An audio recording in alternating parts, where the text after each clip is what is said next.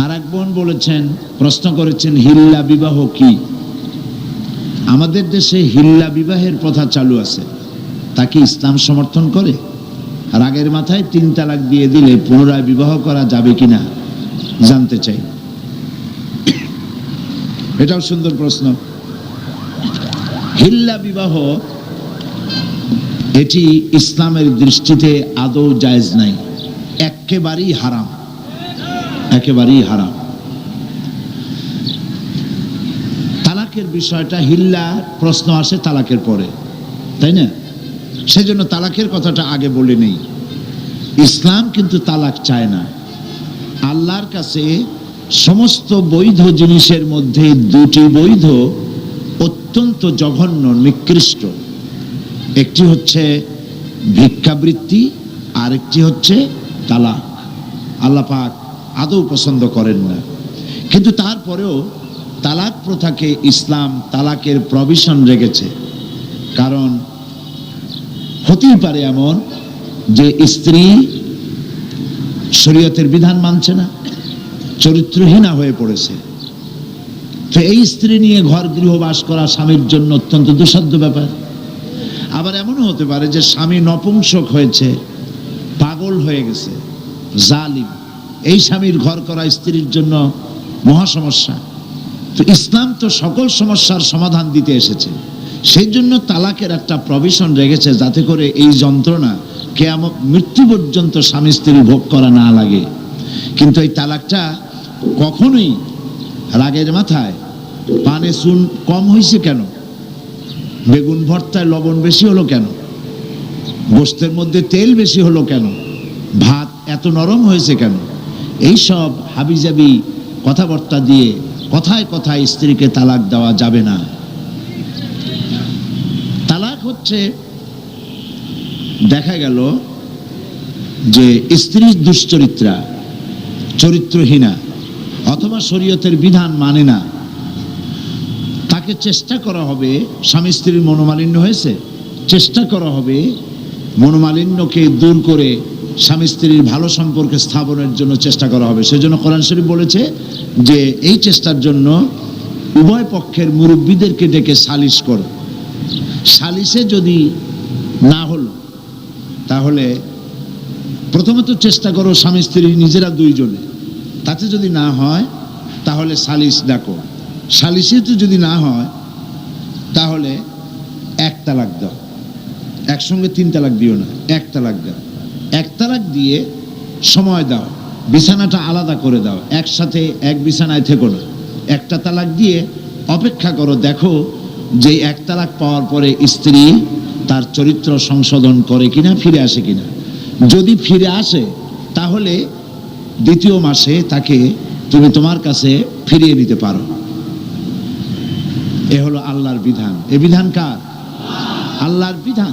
কোরআন শরীফে আল্লাহ পরিষ্কার বলেছেন 2য় মাসে তারে ফিরায় নাও।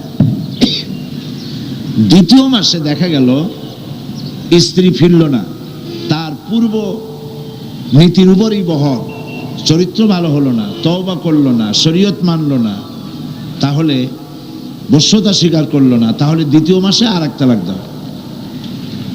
বিছানা ওইভাবে আলাদাই থাকুক। যদি স্ত্রী স্বামী থেকে এই বিচ্ছিন্নতায়, বিরহ যন্ত্রণা সহ্য করতে না পারে এবং নিজের দোষ ত্রুটি বুঝতে পারে, আর যদি ফিরে আসে, তাহলে 3য় মাসে তারে ফিরায় নাও। দেখছেন আল্লাহর বিধান, ফিরায় নাও।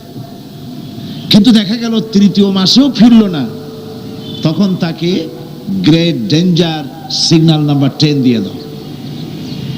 1, 2, 3, এরপর তো আর কিছু থাকে না। 3য় মাসেও যখন ফিরল না, তখন 3 তালাক বায়না করে তাকে ব্যাক করায় দাও, বাস শেষ হয়ে গেল। এরপরে আল্লাহ পাক বলছেন এই স্ত্রী আর কোনোদিন তুমি গ্রহণ করতে পারবা না, তোমার জন্য চিরকালের জন্য এই স্ত্রী হারাম হয়ে গেল।